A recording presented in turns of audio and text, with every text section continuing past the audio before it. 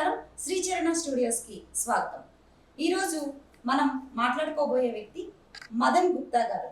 వారు ఎవరు, వారి గురించి కొన్ని విషయాలు మనం తెలుసుకుందాం. నమస్కారం అండి. నమస్తే అమ్మా. శ్రీచరణ ప్రేక్షకులకు మదన్ గుప్తా నమస్కారాలు.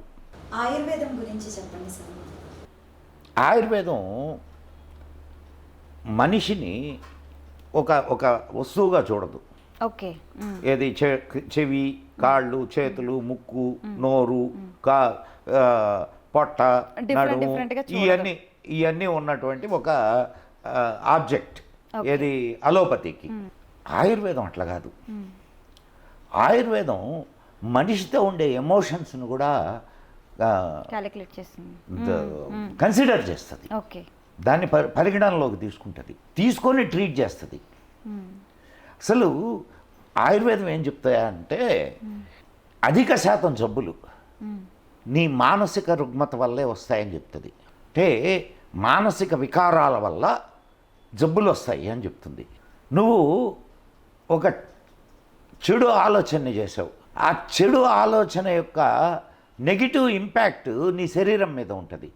నీ శరీరం మీద ఏ అవయవాన్నైనా ఇది చేయొచ్చు. సో మనసు చేసేటటువంటి ఈ అంటే రోగాల్ని తయారు చేసేటటువంటి ఒక ఫ్యాక్టరీ అది. ఓకే. మనసు. ఇకపోతే ఆయుర్వేదము ఇప్పటికిప్పుడు పుట్టింది కాదు, కొన్ని వేల సంవత్సరాల నుంచి వస్తున్నటువంటి ఒక సిస్టమ్.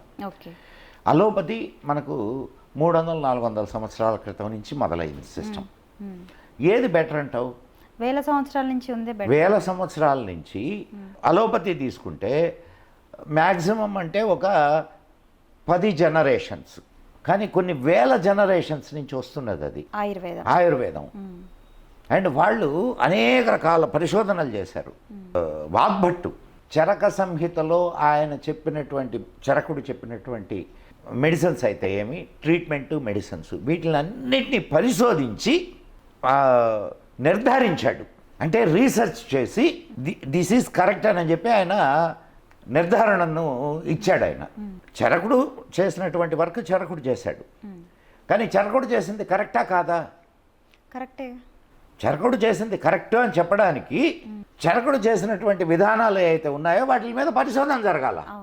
ఆ పరిశోధన చేసిన వాడు వాగ్భట్టు. అష్టాంగ హృదయం అని రాశాడు, అష్టాంగ సంగ్రహం రాశాడు. ఒక అద్భుతమైనటువంటి సిస్టమ్కి వారసులం అమ్మ. మనం మర్చిపోయాం. మనం ఎప్పుడు ఏది పడితే అది తింటున్నాం, ఎట్ల పడితే అట్లా వండుతున్నాం, ఎట్లా పడితే అట్లా ఇది చేస్తున్నాం. ఏది తినాలా ఏది తినకూడదు అనేటటువంటి ఇదే లేదు. పోనీ ఏది ఎప్పుడు తినాలా అనేది కూడా లేదు. ఇప్పుడు ఇది వర్షాకాలంలో నూనెలతో చేసిన వస్తువులు తినరు, ఎందుకనంటే అరుగుదల తక్కువ ఉంటుంది. అట్లా మనకి ప్రతి ఋతువుకి మనకు 6 ఋతువులు ఉన్నాయి. మేజర్గా 3 ఋతువులే. తక్కిన 3 ఋతువులు ఒక ఋతువుకి మధ్య వచ్చేటటువంటి గ్యాప్ అనమాట. అంటే ట్రాన్సిషన్, గ్యాప్ కూడా కాదు, ట్రాన్సిషన్ పీరియడ్. సో ఈ ఋతువులో మన చలికాలంలో ఏం తినాలా, ఎండాకాలంలో ఏం తినాలా, వర్షాకాలంలో ఏం తినాలా, ఈ మధ్య ట్రాన్సిషన్ పీరియడ్స్ ఉన్నాయి కదా, వాటిల్లో ఏం తినాలా, వాటిల్లో ఎటువంటి బట్టలు ధరించాలా, వంటింట్లో ఉండేటటువంటి దినుసులు, ఎన్ని రకాల ఆయుర్వేద గుణాలు ఉన్నాయి తెలుసా? మనం తినేటటువంటి ఆహారం ఏదైతే ఉందో అది గొప్ప ఆయుర్వేద గుణాలు కలిగినటువంటి ఆహారాన్ని. యాలకులు, లవంగాలు, మిరియాలు, జీలకర్ర, వాము, అన్నీ మన వంటింట్లోనే ఉన్నాయి. నువ్వు మనం మజ్జిగ చేసుకుంటాం. ఇప్పుడు ఎట్లా తయారైందంటే ఈ పరుగుల జీవితంలో అన్ని కుక్కర్లు పెట్టేస్తున్నాం, ఎట్లా పడితే అట్లా వండేస్తున్నాం, ఎట్లా పడితే అట్లా తినేస్తున్నాం. తినడానికి ఒక విధానం ఉంది, తినడానికి కూర్చోవడానికి ఒక విధానం ఉంది. కొందరు బాచి పట్టేసుకొని నేల మీద కూర్చుంటారు. ఇప్పుడే నేల మీద కూర్చుంటున్నారు. ప్రతి వాడికి డైనింగ్ టేబుల్ ఉండాలి. కారణం ఏంటంటే నువ్వు తిన్నది అరగడానికి నేను ఈ రోజుకి నేల మీదనే కూర్చొని తింటా. మన ఆయుర్వేదం చాలా గొప్పదండి. చాలా ప్రతి విషయాన్ని పరిశీలించి నిర్ధారించారమ్మా ఆయుర్వేదంలో. నువ్వు తినే విషయం కాడి నుంచి, నువ్వు ఉండాల్సినటువంటి తీసుకోవాల్సిన జాగ్రత్తల నుంచి, నువ్వు కట్టుకోవాల్సిన బట్టల నుంచి, తయారు చేసుకోవాల్సిన మందుల దగ్గర నుంచి. మళ్ళీ మనం ఆర్గానిక్ వెంట పరుగులెడుతున్నాం కదా సార్. అవునమ్మా, భూమి గుండ్రంగా ఉంటుంది. నువ్వు ఎక్కడికి పోయినా మళ్ళా కింద రావాల్సిందే. 1851లో మొట్టమొదటిసారిగా బ్రిటిష్ వాళ్ళు భారతదేశంలో జనాభా లెక్కలు తీశారు. జనాభా లెక్కలు తీస్తే రోగగ్రస్తుల సంఖ్య ఎంతో తెలుసా నీకు? 8% మన భారతదేశంలో. మళ్ళా 2011లో తీశారు. 2021లో తీయలేదు. ఎందుకంటే 2021లో పాండమిక్ వచ్చి దానివల్ల 2021లో తీలా. 2011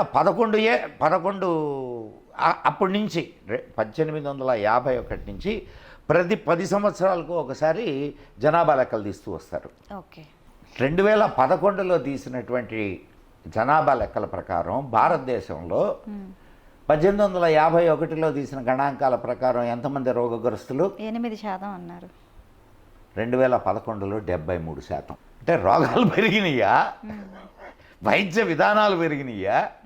ఇప్పుడు నువ్వు అడిగిన ప్రశ్నకి మళ్ళీ వెనక్కిపోతున్నారనంటే వెనక్కిపోవడంలో ముందుకు పోతున్నాం మనం. ఆర్గానిక్ అనేది ఇప్పుడు చాలా ఎక్కువ కాస్ట్ ఉంది కదా సార్. ఇప్పుడు అవసరాన్ని అవకాశాన్ని రెండింటిని, డిమాండ్ అండ్ సప్లై, ఇది ఎకనామిక్స్ రూల్. కొందరు రైతులను అడిగితే, అట్లా పండించే రైతులను అడిగితే ఏం చెప్తారంటే, సార్ మాకు మా పంట అమ్ముడు పోవడం లేదు సార్ అని అంటారు. ఇదిగో ఒక కన్స్యూమర్ని అడిగితే ఏం చెప్తున్నాడంటే, సార్ చాలా కాస్ట్ ఉంది సార్ అని అంటున్నాడు. ఇవన్నీ సర్దుకోవడానికి కొంత టైం పట్టుద్ది. సప్లై, డిమాండ్ అండ్ ఒక చైన్ ఏర్పడాల. ఆరోగ్యపరంగా ఎవడెంత ఇబ్బందులు పడుతున్నారో చూస్తున్నారు, దీనికి కారణం ఏందో గ్రహిస్తున్నారు. So again the people are thinking about the health consciousness చాలా పెరిగింది ఇంతకుముందుకి ఇప్పటికి. అంటే మీ ఉద్దేశం ప్రకారం ఆయుర్వేదం అనేది చాలా బెస్ట్ అమ్మ. నేను ఒకటి గొప్పది ఒకటి తక్కువది అని చెప్పడంలా. దీంట్లో ఉండేటటువంటి గొప్ప లక్షణాలు దీంట్లో ఉన్నాయి, దీంట్లో ఉండే గొప్ప లక్షణాలు దీంట్లో ఉన్నాయి. నేను నా పర్సనల్ ఇదమ్మా, రెండింటిని అధ్యయనం చేసి రెండిట్లో ఉన్న మంచి విషయాలను తీసుకొని ఒక సిస్టమ్ని తయారు చేస్తే ఇంకా గొప్ప సిస్టమ్ అవుద్దిగా. కరెక్ట్. కానీ అలోపతి వాళ్ళు ఆయుర్వేదం వాళ్ళని ఒప్పుకోరు, ఆయుర్వేదం వాళ్ళు అలోపతి వాళ్ళని ఒప్పుకోరు. పాండమిక్ వీళ్ళకు కొత్త, అలోపతి వాళ్ళకి. కానీ దాన్ని ట్రీట్ చేసే విధానం కూడా తెలియదు వీళ్ళకి. ఆ ప్యాథజనే అంటే ఆ వైరస్ ఏందో కూడా తెలియదు వీళ్ళకి. It's a new virus. దాని మీద రీసెర్చ్ చేసి దానికి విరుగుడు కనుక్కునేసరికి it takes lot of time and people will die. కానీ ఆయుర్వేద వాళ్ళు చాలామందిని బతికిచ్చారు. భారతదేశంలో అతి తక్కువ మంది చనిపోయారు. ప్రపంచ దేశాల్లో పురుగులు కింద పడి చచ్చిపోతాయి చూడు, అట్లా చచ్చిపోయారు ఇతర దేశాల్లో. కానీ భారతదేశంలో అతి తక్కువ మంది చచ్చిపోయారు. కరోనా వల్ల చాలా తక్కువ మంది చచ్చిపోయారు. కారణం ఏమిటంటే మన దేశంలో ఇక్కడ ఉన్నటువంటి వైద్య విధానం. సో ఈ వైద్య విధానంలో గొప్పతనం ఉంది అని మనకు అర్థమవుతోంది కదా. Take in to the consideration and దాంట్లో ఉన్నటువంటి గొప్ప విషయాలను కూడా తీసుకొని ఒక అద్భుతమైన వైద్య విధానాన్ని తయారు చేయండి. ప్రజలకు మంచి జరుగుద్ది కదమ్మా. ఒక సిస్టంలో చదువుకున్నటువంటి వాళ్ళకి అది అర్థం కాకపోవచ్చు, కానీ ఇంకొక సిస్టమ్ వల్ల నయం అవుతుందిగా. దానికి నీకు సైంటిఫిక్ రీజన్ లేకపోవచ్చు. అనేక కేసులు, బ్లాక్ ఫంగస్ వచ్చిన కేసులు ఆయుర్వేదం వాళ్ళు నయం చేశారు. ఇప్పుడైతే కొత్త వైరస్ వచ్చింది అంటున్నారు కదా సార్, మంకీ వైరస్ అని చెప్పేసి. ఏదో చూడమ్మా, వైరస్లు కొత్తవేం కాదు, పాతవే. వైరస్లు అన్నీ పాతవే. ఓకే. ఇప్పుడు కొత్త విధానంలో రావచ్చు, that's a different issue. Virus is virus, okay. కంటికి కనిపించింది, పిశాచి అంటారు. అధర్వణ వేదంలో చెప్తారు పిశాచి అని. పిశా అంటే కంటికి కనిపించనిది. It's nothing but bacteria or virus. So మనం కరెక్ట్గా ఉంటే, మన ఆహార శైలి విధానం కరెక్ట్గా ఉంటే మనం అవి మనల్ని ఏం చేయలేవు. ఏం చేయలేదు. ఏ వైరస్ వచ్చినా ఏం చేయలేదు. నీకు బాడీలో భగవంతుడు ఒక సిస్టమ్ని ఇచ్చాడు, ఇమ్యూనిటీ సిస్టమ్ని ఇచ్చాడు. అవును. దాన్ని నువ్వు కరెక్ట్గా కాపాడుకుంటూ రాగలిగితే everything will be fine. Okay. ఇప్పుడు కొన్ని వేల సంవత్సరాల నుంచి వస్తున్నటువంటి జీవన విధానం కాబట్టి ఇట్లాంటి వాటిల్ని ఎట్లా తట్టుకోవాలా, ఇట్లాంటి వాటికి ఎట్లా మనం రియాక్ట్ కావాలా అనేది మన సంస్కృతి చెప్పింది. ఆడవాళ్ళు కడుపుతో ఉన్నప్పుడు కొన్ని సమస్యలు ఉంటాయి. ఒకటి రక్తహీనత, బ్లడ్ తక్కువ ఉండడం. రెండవది ఎముకలకు సంబంధించినటువంటిది. ఈ రెండింటిని ఓవర్కమ్ చేయడానికి చాలా సులువైన పద్ధతులు చెప్పారు మనోళ్ళు. ఇనుప గిన్నెలో పాలు కాసుకొని తాగమన్నారు. ఇనుప గిన్నెలో పాలు కాసుకొని తాగడం వల్ల ఐరన్ శరీరానికి పట్టుద్ది. సరే, కాల్షియం ఎట్లా వస్తుంది? శనగబేడంత సున్నాన్ని మజ్జిగలో కలుపుకొని తాగండి అని అన్నారు. ఓకే. మనం ఇప్పుడు కాల్షియం ట్యాబ్లెట్లు వాడతాం, ఐరన్ ట్యాబ్లెట్లు వాడతాం. దానివల్ల కడుపులో తిప్పుద్ది. చాలా సులువైనటువంటి విధానాలు మనకుంటే, కొన్ని మనకు తెలియక, కొన్ని వాటి మీద నమ్మకం, కొందరు వాటి మీద నమ్మకం లేక ఇంతకుముందు బిడ్డ ప్రసవించడానికి ఎన్ని ఆపరేషన్లు జరిగినాయి అమ్మా. ఇంతకుముందు నార్మల్గానే కదా కనేవాళ్ళు. ఇప్పుడు ఆపరేషన్ లేకుండా బిడ్డ పుడుతున్నాడా? పుట్టట్లేదు. కారణం ఏమిటి? We lost our. ఇంతకుముందు తిరగలితో పిండి విసిరేవాళ్ళు. ఏమవుతుంది చెప్పు దానివల్ల? అది గర్భసంచికి దానివల్ల ఎక్సర్సైజ్ అవుతుంది. ఇక్కడ అవును, ఎక్సర్సైజ్ అవుతుంది. దానివల్ల ఏమవుతుంది? కాన్పు సులభం అవుతుంది, నార్మల్ డెలివరీ అవుతుంది, యూటరస్ స్ట్రెంగ్తన్ అవుతుంది. ఇన్ని ప్రయోజనాలు ఉన్నాయి, ఇన్ని లాభాలు ఉన్నాయి. ఇంత ఎడ్యుకేషన్ ఉంది మన సంస్కృతిలో.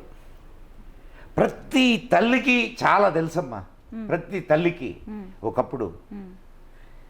కానీ తల్లి నుంచి కూతురికి, కూతురుకి లేదా కోడలికి ఈ నాలెడ్జ్ ట్రాన్స్ఫర్ అయ్యేది. ఓకే. ఇప్పుడు ఈ నాలెడ్జ్ ట్రాన్స్ఫర్ కావడం అక్కడ కట్ అయిపోయింది.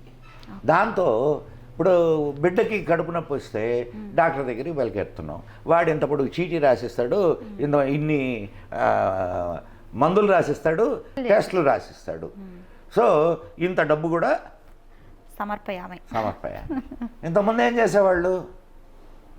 శుభ్రంగా ఆముదం రాసి అదే ఒక తమలపాకుకి వెచ్చబెట్టి కడుపు మీద వేసేవాళ్ళు. తగ్గేదిగా. మనం మర్చిపోయాం వాటిల్ని. ఏమైందో ఏమవుద్దో భయం. చెప్పేవాళ్ళు ఎవరున్నారు సార్? వినేవాళ్ళు ఎవరున్నారు? విన్నారు కదండి. ఇప్పటిదాకా మనకి చాలా విషయాల గురించి మదన్ గుప్తా గారు మనకి తెలియపరిచారు. భారతీయ సంస్కృతి గురించి, ఆచారాల గురించి, సాంప్రదాయాల గురించి, ఆయుర్వేదం గురించి, ఇలాంటి ఎన్నో విషయాల గురించి మనకి ఆయన మన ఛానల్ ద్వారా చెప్పడం జరిగింది. ఈ వీడియో మీకు నచ్చినట్లయితే లైక్ చేయండి, షేర్ చేయండి, కామెంట్ బాక్స్లో మీ అభిప్రాయాలను తెలియచేయండి. నమస్కారం. శ్రీచరణ ఛానల్ని సబ్స్క్రైబ్ చేసుకోండి.